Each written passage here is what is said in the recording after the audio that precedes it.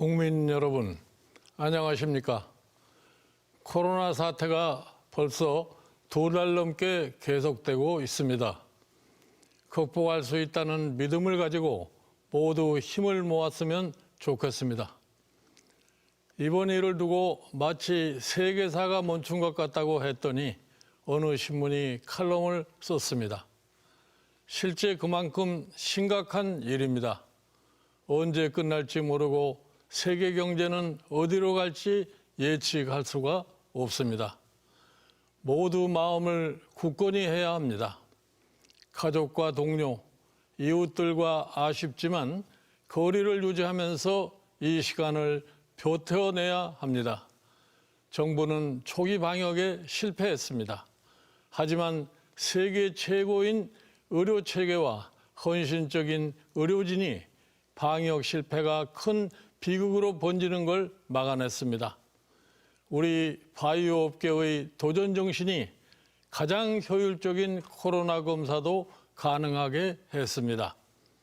병원과 보건소에서 몸살이지 않고 일한 병원 직원과 자원봉사자 고맙습니다.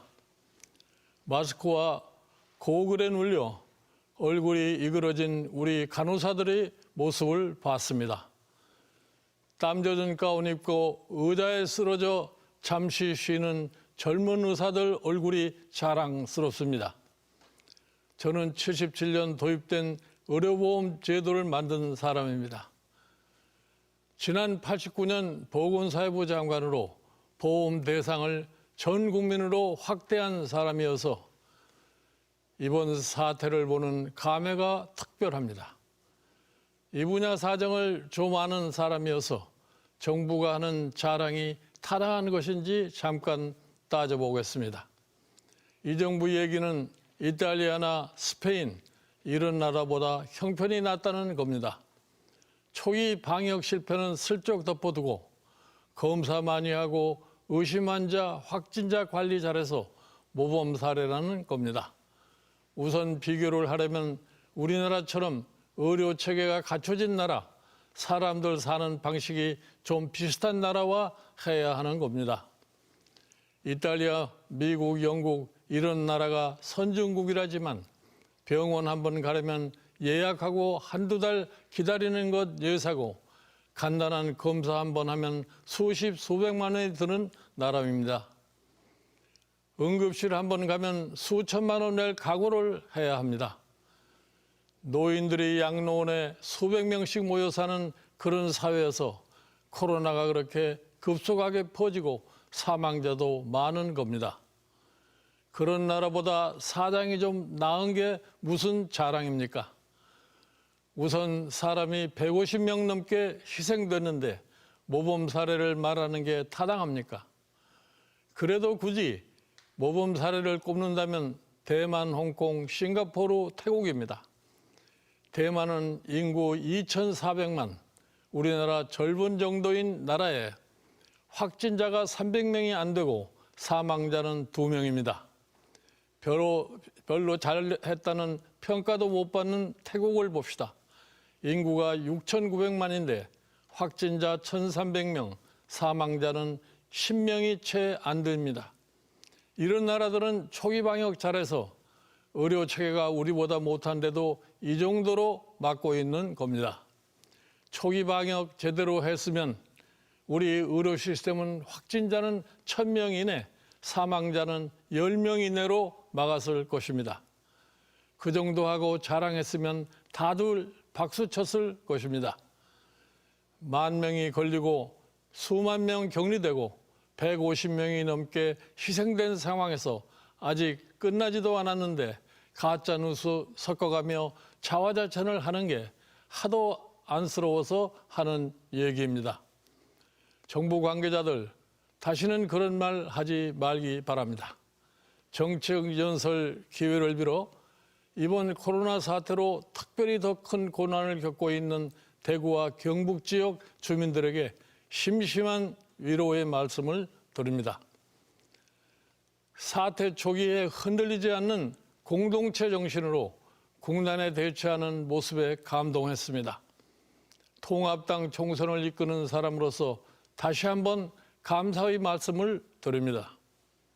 제 나이가 80살이 됐습니다.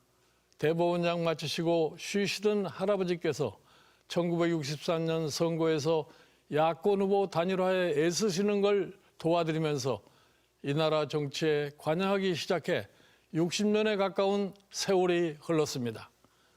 제 자신이 청와대 수석으로 일도 했고 장관도 했고 국회의원도 5번이나 했고 당대표 선대위원장을 여러 번 했으니 무슨 자리에 더 욕심이 있겠습니까? 마지막 봉사라고 생각하고 나섰습니다. 지금부터 4년 전 여당이었던 새누리당은 오만방자하고 유세를 부렸습니다. 국회의석 300석 중에서 180석, 200석을 장담했습니다.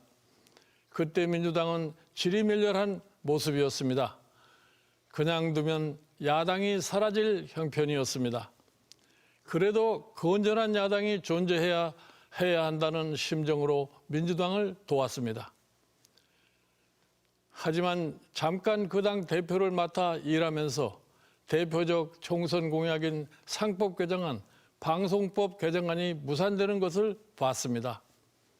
1년여 만에 그 당을 떠났지만 그 후회가 남아 있습니다. 현 정권이 하는 짓을 보면서 내가 괜한 일을 했다는 마음에 국민께 늘 미안했습니다. 그런 탓에 이번 선거에 앞장서달라는 미래통합당 요청을 거절할 수가 없었습니다. 송구한 마음 때문에 제 인생의 마지막 노력으로 나라가 가는 방향을 반드시 되돌려 놓아야겠다고 결심한 것입니다. 재난을 겪다 보니 다들 불안하고 화가 나고 쪼들리는 거 잘 압니다. 시중에서는 코로나로 죽으나 굶어 죽으나 마찬가지다라고 말을 합니다. 무슨 대책이라고 계속 발표하는데 혜택을 받다는 사람 주변에 있습니까? 코로나 비상경제대책의 골간은 일거리가 없어서 월급을 못 받는 사람에게 월급을 주는 데 맞춰야 합니다. 즉시 본인에게 직접 재난이 끝날 때까지 계속 지급해야 합니다. 일회성으로 한 번 주고 끝내면 어떻게 살림살이 계획을 세웁니까? 온 나라가 어렵고 전 국민이 고통스러운데 정부가 정해진 예산이 있다고 흥청망청해서 되겠습니까? 정부가 절약에 앞장서야 합니다. 어차피 지금 같은 상황에선 512조의 예산 중 상당 부분이 쓰지 못한 채 남게 됩니다. 이미 연초부터 재난을 겪고 있어 집행되지 않은 정부 예산이 쌓이고 있습니다. 하반기도 양상은 비슷할 것입니다. 정부와 국회는 신속하게 올해 예산의 20% 정도 규모를 항목 변경해서 우선 100조 원 정도 재원을 확보해야 합니다. 임기 종료를 앞둔 20대 국회가 빨리 임시회를 열어 헌법의 예산 관련 규정에 맞춰 예산 재구성을 끝내야 합니다. 기획재정부도 즉시 준비하기 바랍니다. 이런 일을 먼저 하고 사태가 하반기로 길어질 경우 국채 발행 등으로 2, 3차 추가 예산을 편성하는 게 순서가 맞는 것입니다. 헌법 76조는 대통령에게 긴급 재정 명령권을 주고 있습니다. 국회 소집을 기다릴 여유가 없다면 헌법이 규정한 대통령 재정경제명령으로 이 문제를 해결하기 바랍니다. 재정경제명령은 곧바로 법률의 효력을 갖기 때문에 시간을 절약할 수 있습니다. 긴급재정명령으로 자영업자, 소상공인, 임대료 지원도 하고 빨리 시작해야 합니다. 대통령의 마스크 발언 이후 고위 공무원들 마스크 공장 귀찮을 정도로 찾아다닌다고 합니다. 이제 그런 거 그만하고 당장 신용보증재단 각 지점에 한번 가보기 바랍니다. 긴급 지원 대출을 한다는데 실제 무슨 일이 벌어지고 있는지 직접 눈으로 보기 바랍니다. 혼자 하는 자영업자들 대출 창구에 줄 설 수도 없습니다. 잠시 남한테 가게 맡기고 대출 받겠다고 줄 서 있다가 대출은커녕 상당 예약 날짜도 못 잡고 그냥 돌아가는 영세 자영업자들 만나보기 바랍니다. 비상경제 상황은 연말까지 갈 수도 있습니다. 만기 돌아오는 회사채가 4월에만 6조 규모고 연말까지 50조가 넘습니다. 신용보증기금을 확대하는 등의 방식으로 은행들이 더 많은 회사채를 인수하게 해줘야 합니다. 1천조 원이 넘는 시중 부동자금을 국채로 흡수해 비상경제대책 예비재원으로 확보해두는 방안도 빨리 찾아보기 바랍니다. 여행업, 항공업은 국내의 사람의 이동 수치에 직접 연동된 그런 업종이어서 가장 위기에 처해 있습니다. 자유시장 경제의 상징인 미국에서 왜 수천억 달러를 항공업계에 긴급 지원하는지 살펴봐야 합니다. 하반기든 연말이든 코로나 사태는 진정될 것이고 각 나라는 치열한 경제 회복의 경쟁을 시작할 것입니다. 가장 어려울 때 회생을 준비한 나라가 머지않아 펼쳐질 재난극복 국제경쟁에서 이깁니다. 정신 차리고 준비하기 바랍니다. 재난의 와중에도 심판의 순간은 왔고 내일이면 21대 총선 공식 선거운동이 시작됩니다. 가장 먼저 말씀드리고 싶은 건 꼭 투표하셔야 한다는 것입니다. 투표하지 않으면 영원히 후회하게 될 것입니다. 여러분이 투표하지 않을 때 저들은 뒤에서 사람을 모으고 조직을 동원해 투표합니다. 투표하지 않으면 4월 15일 이후 세상은 정말 되돌릴 수가 없습니다. 지난 3년간 겪은 일을 또 한 번 겪으면 이 나라가 어떻게 될지 모릅니다. 이상한 법무장관 때문에 나라가 발칵 뒤집혔던 게 오래전 일처럼 느껴집니다. 재작년 지방선거 때 저들이 울산에서 벌였던 일은 한참 된 일처럼 돼버렸습니다. 코로나 사태로 온 뉴스가 그걸 다루고 정부는 자화자찬하면서 스스로 취해 있습니다. 그러나 제가 살아온 경험으로 볼 때 선거 때가 되면 국민은 반드시 지난 일을 냉정하게 평가합니다.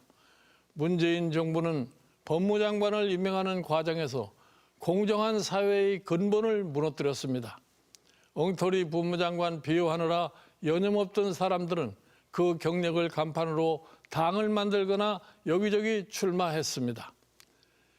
심지어 울산 사건으로 기소된 사람들까지 우르르 출마했으니 어떻게 해야 하는지 유권자 여러분께서 현명하게 판단하실 거라 믿습니다. 저는 미래통합당 총괄 선대위원장으로서 이번 총선을 국민의 승리로 이끌겠습니다. 약속한 일은 확실하게 이행할 수 있는 국가는 정당을 만들겠습니다. 6월 개원국회 개시 1개월 내로 코로나 비상경제 대책을 완결해 제시하겠습니다. 많은 분이 미래통합당을 어쩔 수 없이 지지한다고 합니다. 무슨 말씀인지 제가 누구보다 잘 알고 있습니다. 통합당이 기득권에 안주하고 부자들을 편드는 것 같은 인상을 주는 거 압니다. 하지만 통합당이 변화하고 있다는 말씀 감히 드립니다. 평생을 경제민주화 주장해온 제가 책임지고 포용하는 정당을 만들겠습니다. 지금 같은 재난 상황이 되면 약자는 더 많아지고 더 힘들어집니다. 일자리가 알바 시간이 줄어서 손에 쥐는 돈으로 생활이 안 됩니다. 손님 꺾인 텅 빈 매장에 앉아있는 것은 종업원에게나 주인에게나 괴로운 일입니다. 모두가 약자가 되는 형편입니다. 통합당은 재난을 겪으며 더 어려워진 경제적, 사회적 약자를 품고 동행하겠습니다.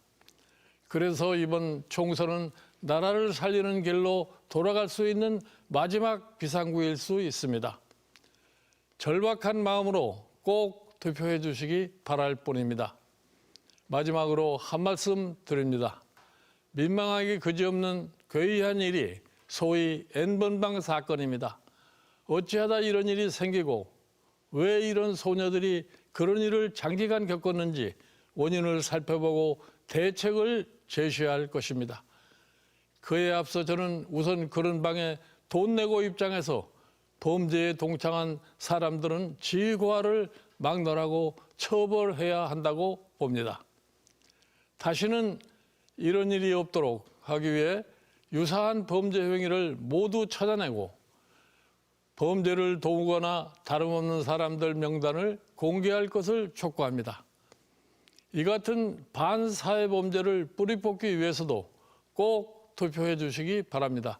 감사합니다.